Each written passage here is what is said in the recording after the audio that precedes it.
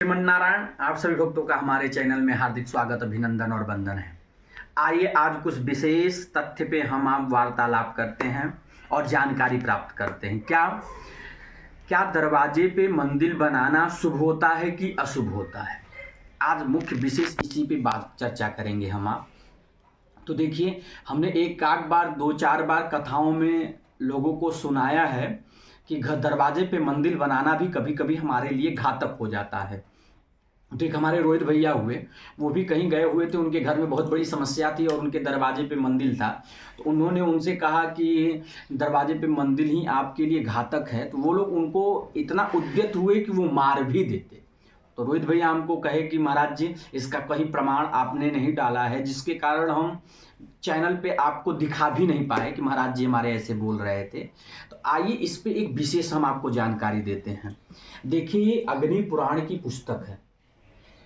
अगर जिसको संशय हो हमारी वाणी पे, वो 1 पृष्ठ से लेके 100 पृष्ठ तक इसका अध्ययन, गहन अध्ययन करे, फिर आपको पता चलेगा घर पे मंदिर बनवाने से हमें क्या लाभ और क्या हानि होगी।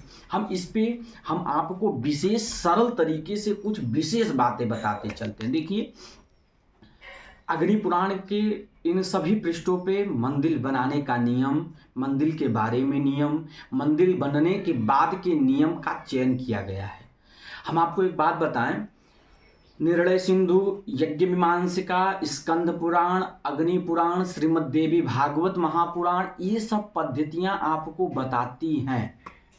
आपने कभी कभी कथाओं में सुना होगा रामचरितमानस के कि रावण जब ज्यादा उदंड हुआ, कब? जब उसने यज्ञ कराना बंद किया और ब्राह्मणों को, गौ माताओं के ऊपर दुराचार, व्यभिचार करना प्रारंभ किया। यज्ञ रोका क्यों? क्योंकि आप जानते हैं कि भगवान का भोजन आहुति होता है। क्या होता है?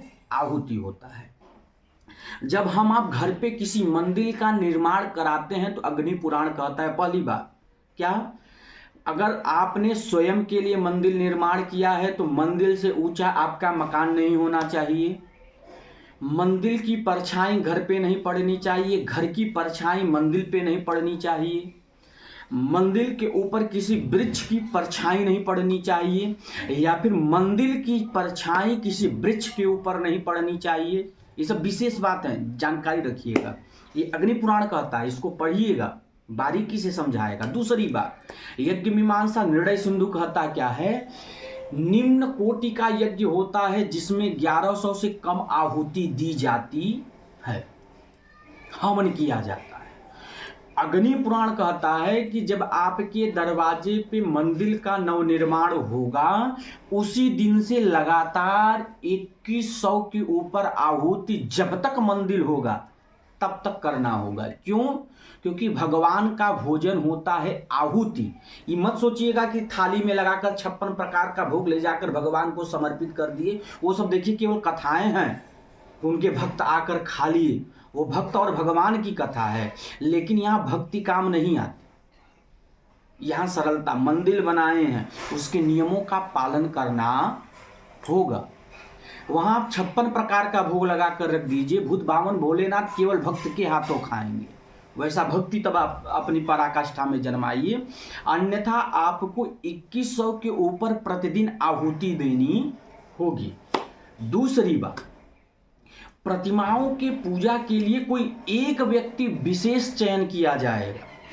क्या? एक व्यक्ति विशेष। अग्नि पुराण प्रमाणित करता है कि एक मंदिर में अनेकों पुजारी नहीं हो सकते। जैसे कि हुआ कि हमारे घर के कोई भी सदस्य जाएगा पूजन करके चला आएगा, नहीं। क्यों?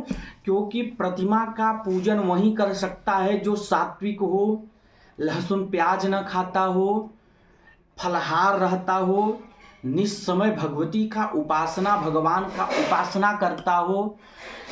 जिस भी देवी देवताओं का मंदिर हो, उनका जप उस मंदिर में कम से कम 108 माला प्रतिदिन किया जाता हो। ये सब नियम है मंदिरों का।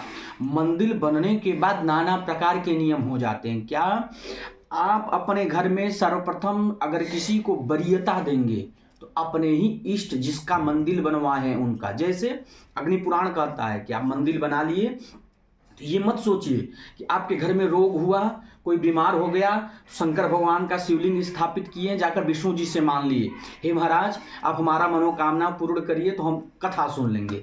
कथा सुनना कोई बुरी बात नहीं, लेकिन पुराण कहता है जब आपके दरवाजे पे कोई अधिष्ठात्री बैठ जाए, जैसे मैं आपको साधारण तरीके से समझाऊं, आप सपा के किसी नेता को अपने दरवाजे पे बैठा लीजिए, सपा के किसी नेता को, बड़े नेता को, अखिलेश जी को मान लीजिए बैठा लीजिए, वो बैठे हैं आपके दरवाजे पे बैठे हैं और आप उन्हीं के सामने मोदी जी को फ़ोन लगा दीजिए कि महाराज जी हमारा ये काम नहीं हो रहा है, हमारा काम करा दीजिए।